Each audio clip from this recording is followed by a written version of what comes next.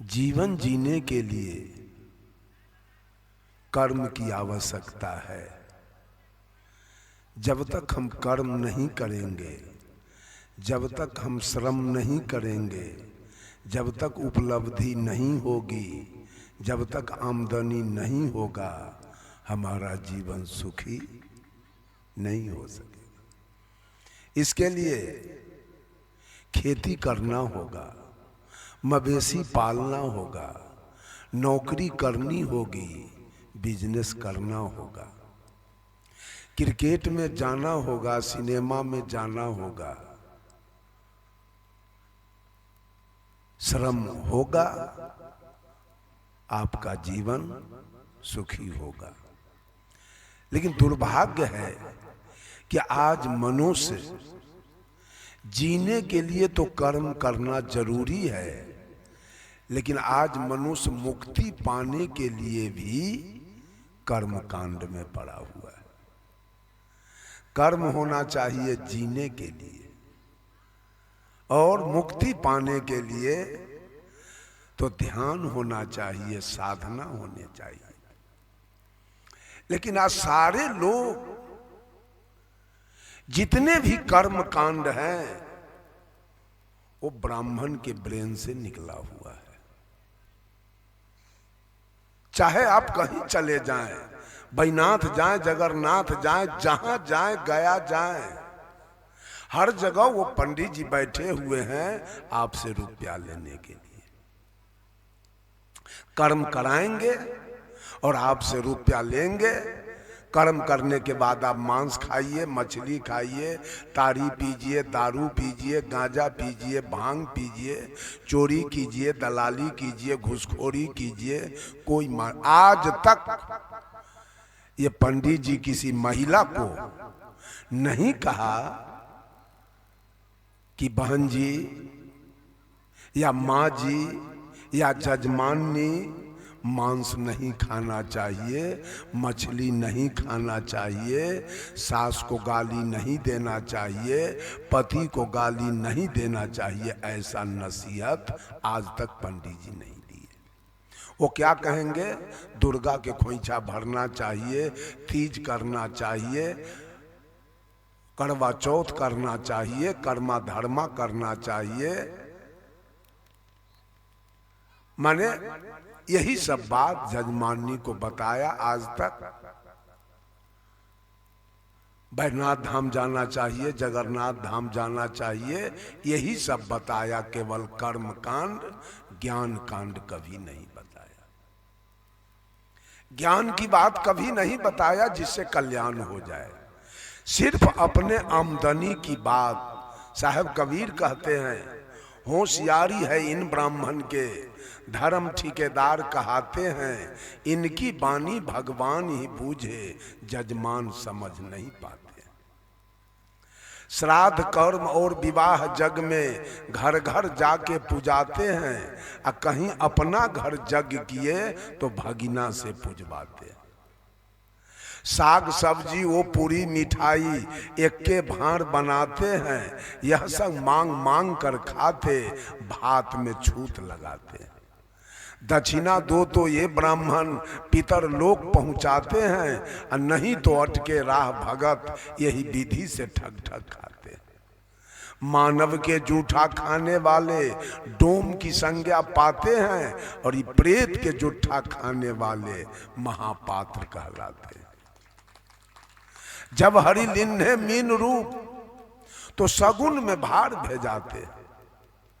लिखा गया कि भगवान का 24 अवतार हुआ है, जिसमें भगवान 10 भगवान कैबिनेट स्तर के हैं, ज्यादा अधिकार है इनके पास, और 14 भगवान कम पावर वाला है।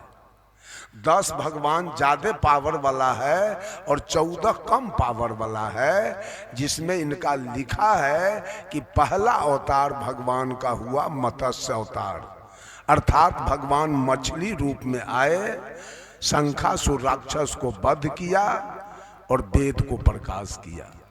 दूसरे भगवान कछुआ रूप में आए तो नरकासुर को वध किया और समुद्र मंथन के द्वारा 14 रत्न निकाला। तीसरे भगवान बराह यानी सुगर रूप में आए तो हिरणाक्ष राक्षस को वध किया और विष्ठा में छिपी हुई धरती को बाहर निकाला। चौथे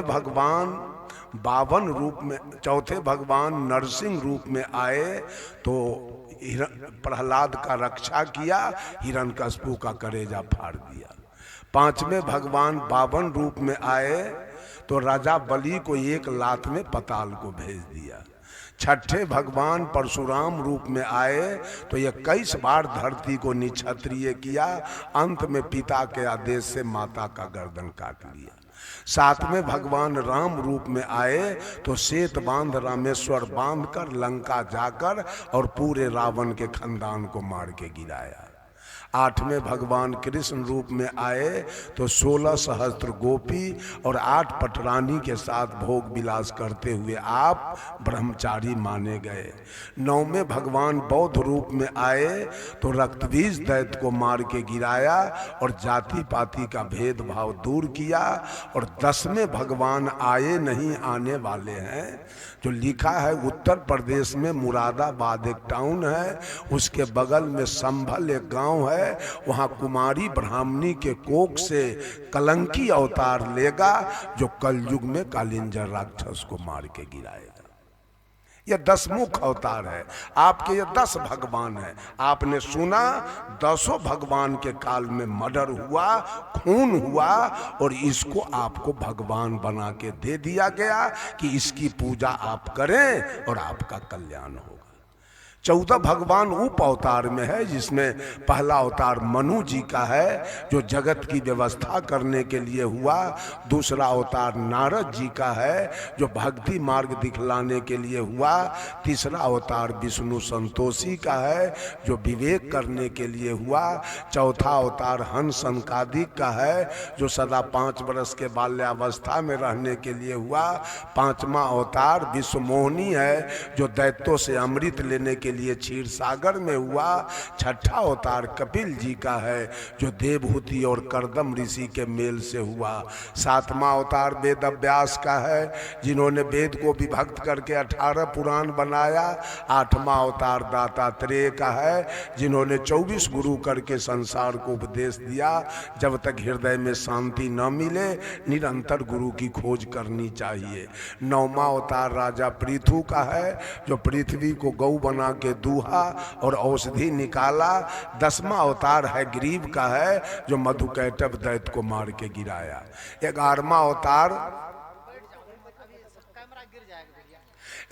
अवतार नारायण जी का है जो धर्म भारजा से तप करने के लिए हुआ। और 12वां अवतार सनकादिक का है जो विचार करने के लिए हुआ। 13वां अवतार धनवंतरी का है जो रोग नाश करने के लिए हुआ। और 14वां अवतार यज्ञ में इंद्र की कन्या से यज्ञ करने के लिए हुआ। इस 24 अवतार के फेरा में इस मनुष्य को डाला गया। यही तुम्हारा भगवान है, इसकी पूजा करोगे तुम्हारा कल्याण हो जाएगा। सदगुरु कबीर कहते हैं ठीक है मान लिया जाए कि भगवान का पहला अवतार मत्स्य अवतार हुआ। सदगुरु कबीर कहते हैं जब हरि लिन्हे मीन रूप, जब इन्हीं के कथनानुसार माना जाए कि भगवान मीन रूप में आए तो सगुन में भार भेजाते हैं। पंडित लोगों के बेटा के ब्याह में रोहू मछली का भार जाता है। अगर न जाए तो बरियात वापस हो जाएगा। अगर रोहू मछली का भार न जाए इनके बेटा के विवाह में तो बरियात वापस होगा। सदगुरु कबीर कहते जब हरिलिन्हे मीन रूप तो सगुन में भार भेजाते हैं, अपने कहते ब्रह्म मीन को साफ साफ खा जाते, भगवाने को नीर के खा जाते। बंधुओं, जब दरभंगा से माननीय श्री लालू प्रसाद यादव जी रेल मंत्री थे तो दरभंगा से 3 गो सुपरफास्ट एक्सप्रेस को उन्होंने झंडी दिखाया, हरी झंडी दे के चालू करवाया, जिसमें बिहार संपर्क क्रांति सुपरफास्ट एक्सप्रेस, स्वतंत्रता सेनानी सुपरफास्ट एक्सप्रेस और गरीब रथ सुपरफास्ट एक्सप्रेस।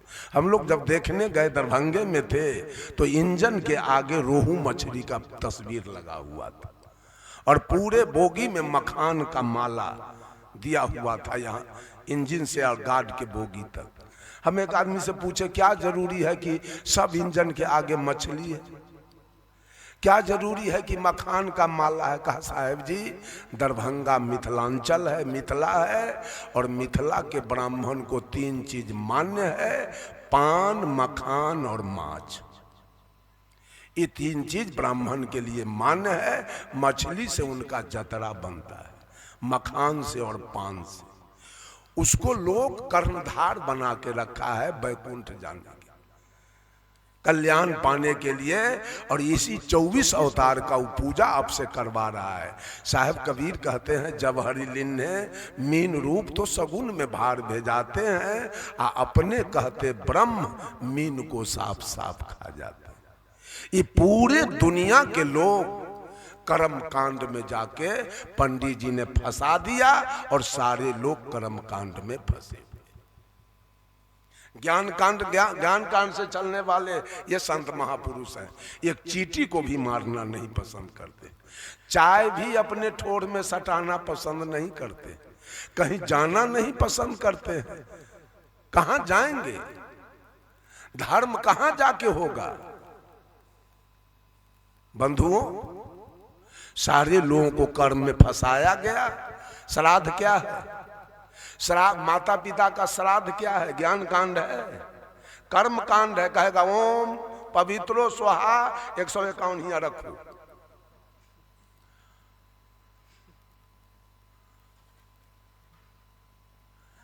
माता पिता का श्राद्ध ज्ञान कांड नहीं है, कर्म कांड है। बेटा बेटी के बियाह ज्ञान कांड नहीं है, कर्म कांड है। मुंडन ज्ञान कांड नहीं है, कर्म कांड है। जनऊ ज्ञान कांड नहीं है, कर्म कांड है। घर का नींव देना ज्ञान कांड नहीं है, कर्म कांड है। और घर का उद्घाटन करना, दुकान का उद्घाटन करना ज्ञान कांड नहीं है, कर्म कांड है। बैनाथ जगन्नाथ जाना ज्ञान कर्म कांड है। और गंगा जमुना में भी नहाना कर्म कांड है। अक्षर चर्चना करना भी कर्म कांड है। और महाविष्णु जग और रुद्र जग करना भी कर्म कांड है। बड़े बड़े आचार्य पढ़े लिखे लोग जो अंग्रेजी बोलते हैं, उर्दू बोलते हैं, फारसी बोलते हैं, बंगला बोलते हैं, जिनका स्त्रीलिंग पुल्लिंग सही है, वह पढ़ने वाले लोग भी मछली खाते हैं और मांस खाते हैं। सारे तो कर्म कांडे में है। ज्ञान कांड कहां है? बंधुओं, सदगुरु कबीर जीने के लिए तो कर्म करना होगा, लेकिन मुक्ति के लिए कर्म की आवश्यकता नहीं। मुक्ति के लिए ध्यान और साधना की आवश्यकता है। जीवन जीने के लिए मात्र कर्म की। सदगुरु कबीर जीने के लिए रात रात भर कपड़ा बुनते थे। मोहम्मद साहब बकरी चराते थे, ईसा मसीह भेड़ी चराते थे, भगवान कृष्ण गाय चराते थे, विश्वकर्मा जी लकड़ी और लोहा का काम करते थे, सुपच भगत सूप डगरा बीनते थे और रैदास जी जूता टांगते थे। जीने के लिए कर्म की आवश्यकता है, मुक्ति के लिए कर्म की आवश्यकता नहीं है। मुक्ति के लिए ध्यान और साधना की आवश्यकता। लेकिन पूरे सारे लोग बैनाथ धाम जाते हैं दौड़ते हुए घोड़ा के जैसे। हम मानसी में ट्रेन में बैठे हुए थे और 10 गो डाक बम वाला को देखे, उसको चला नहीं हो रहा था प्लेटफार्म पर, रोड़ा पर, गिट्टी पर, तो लाठी पर चल रहा था और 200 को देखे एक गो सिगरेट मुंह में धराई लेते। ये ज्ञान कांड है कि कर्म कांड है? ज्ञान कांड है। कभी कहा पंडित जी इतने संत महात्मा हर सत्र में आपको कहते हैं कि बीड़ी नहीं पीना चाहिए, सिगरेट नहीं, गांजा भांग तारी दारू मांस मछली शिखर पराग जर्दा किमाम नहीं खाना चाहिए, लेकिन उनके मुखारबिन से वो खुद खाते हैं। आपको कैसे कहेंगे नहीं खाना चाहिए? बंधुओं, एक थे पादरी जी। पादरी जी नित्य दिन गिरजा घर पर जाकर और प्रवचन दिया करते थे। ऐ दुनिया के लोग, भगवान पर विश्वास रखो और पुण्य कर्म करो, तुम्हारी मुक्ति हो जाएगी, तुम्हारा कल्याण हो जाएगा, तुम्हारे जीवन में सुख शांति आ जाएगी। प्रवचन चलता रहा। जब 1-1.5 महीना प्रवचन चला, एक कबीरपंथी पारखी संत इनके प्रवचन को सुन रहे थे।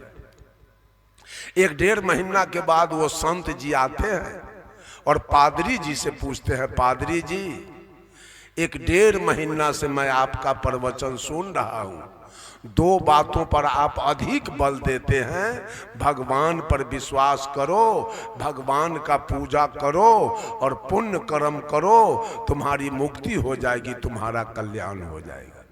यही 2 बात आज आपसे मैं पूछने के लिए आया हूं।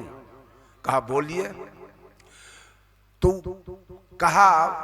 कहे संत जी कि जो भगवान पर विश्वास करे, रात दिन भगवान का पूजा करे और कर्म बढ़िया न करे, उसकी क्या गति होगी।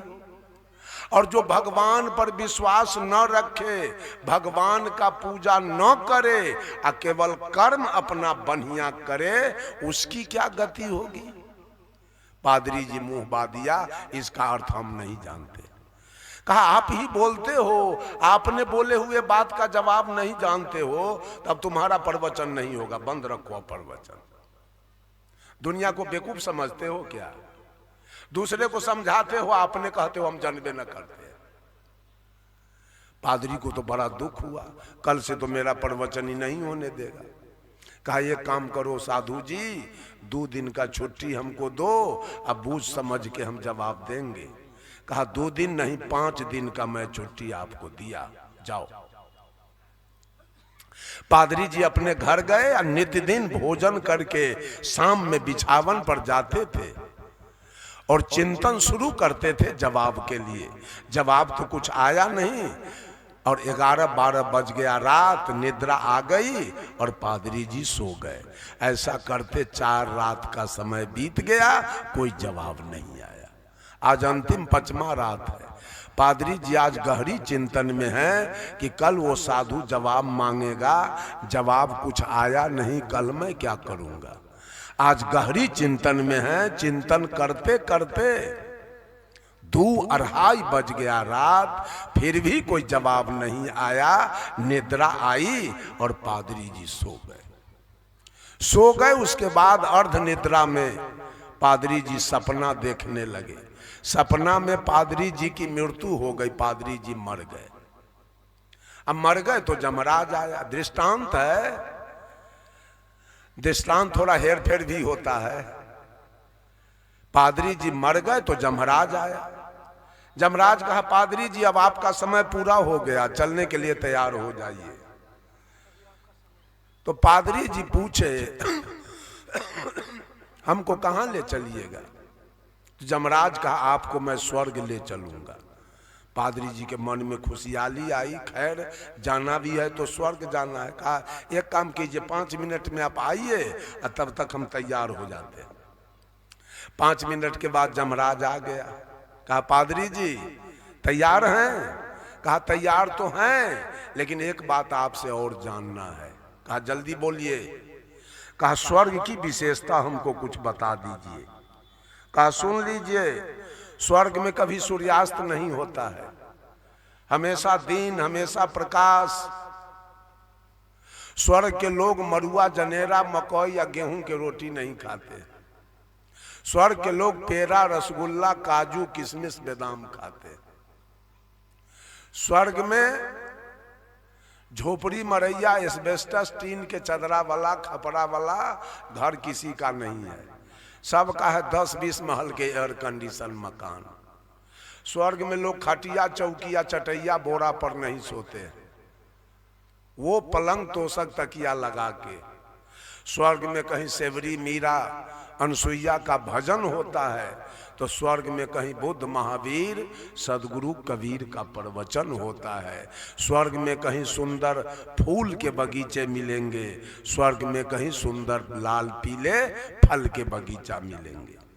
पादरी जी का मन तो खुशहाली से भर गया। कहा चलिए। चल दिए पादरी जी और जमराज। अब जब स्वर्ग के निकट पहुंचते हैं तो रात अंधेरी है, चारों तरफ झोपड़ी मरैया का घर है और सारे लोग जनेरा मड़ुआ के रोटी लेके झक मार रहे। कहीं ना सेवरी मीरा का भजन है न का बुद्ध महावीर सदगुरु का कबीर का कहीं प्रवचन भी नहीं।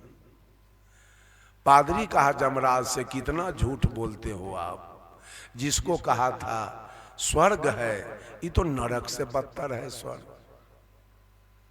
कहा ठीक है स्वर्ग तो मैं देख लिया। पादरी कहा जमराज से, स्वर्ग मैं देख लिया, अब जरा नरक दिखा दो हमको। जमराज कहा नरक देखोगे क्या? कहा जी चलो। जब नरक में पहुंचे तो पूरा प्रकाश है दिन और चारों तरफ 10-20 महल के एयर कंडीशन मकान झलक रहे। चारों तरफ सेवरी मीरा अनुसुईया का भजन हो रहा है, चारों तरफ बुद्ध महावीर सदगुरु कबीर का प्रवचन चल रहा है। सारे लोग हलवा पूरी मिठाई काजू किशमिश भोजन कर रहे हैं। चारों तरफ सुंदर फूल और सुंदर फल के बगीचे दिखाई दे रहे हैं।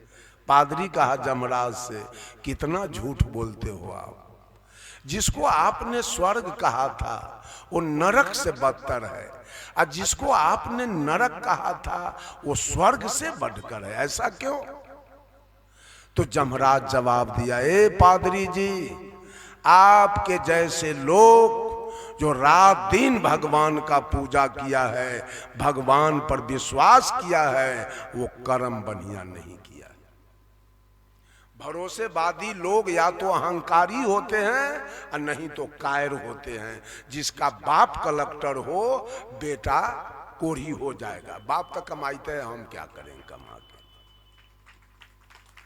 जो भगवान पर भरोसा करने वाले हैं वो निकम्मा होते हैं और नहीं तो अहंकारी होते हैं। बापे दरोगा है, किसी का इज्जत लूट लेंगे, क्या बिगाड़ेगा हमारा? FIR तो होबे न करेगा।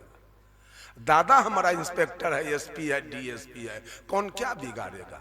यही भगवानवादी लोग भगवान के भरोसा पर किसी का इज्जत लूटते हैं, किसी का मर्डर करते हैं, दूध में पानी मिलाते हैं, आटा में चोकर मिलाते हैं, घी में डलडा मिलाते हैं, चावल में कंकड़ मिलाते हैं, डंटी मारते हैं। एक आदमी सत्यनारायण भगवान का पूजा किया, एक आदमी से कहा जाइए थोड़ा प्रसाद ले आइए, इलायची दाना। तो गया इलायची दाना लाने और शाम हो रही थी, दुकानदार को दिया, कहा कि 1 किलो इलायची दाना दीजिए। तो दुकानदार के रतौनी भेल था, वो बेचारा बटखारा ऐसे ऐसे टोने लगा। ये बूझ गया कि इसको रतौनी भेल है, सोचता नहीं है, ये गहकी 2 किलोवा चढ़ा दिया। पैसा दिया 1 किलो का, 2 किलोवा चढ़ा दिया। अब 2 किलो लिया प्रसाद, गया वहां गुरु महाराज पूछा, रे लाया? तो जी कितना लाया? 2 किलो। हम कहे थे 1 किलो लाने के लिए, पैसा काहे लगाया 2 किलो में? कहा कोनो पैसा लगा है, दुकानदार के रतौनी भेल था, 1 किलोवा के बदला 2 किलोवा चढ़ाए। तो गुरु महाराज कहा, जोरे बेकूफ, जब आन्हरे था तो 5 किलोवा न काहे चढ़ा दिया।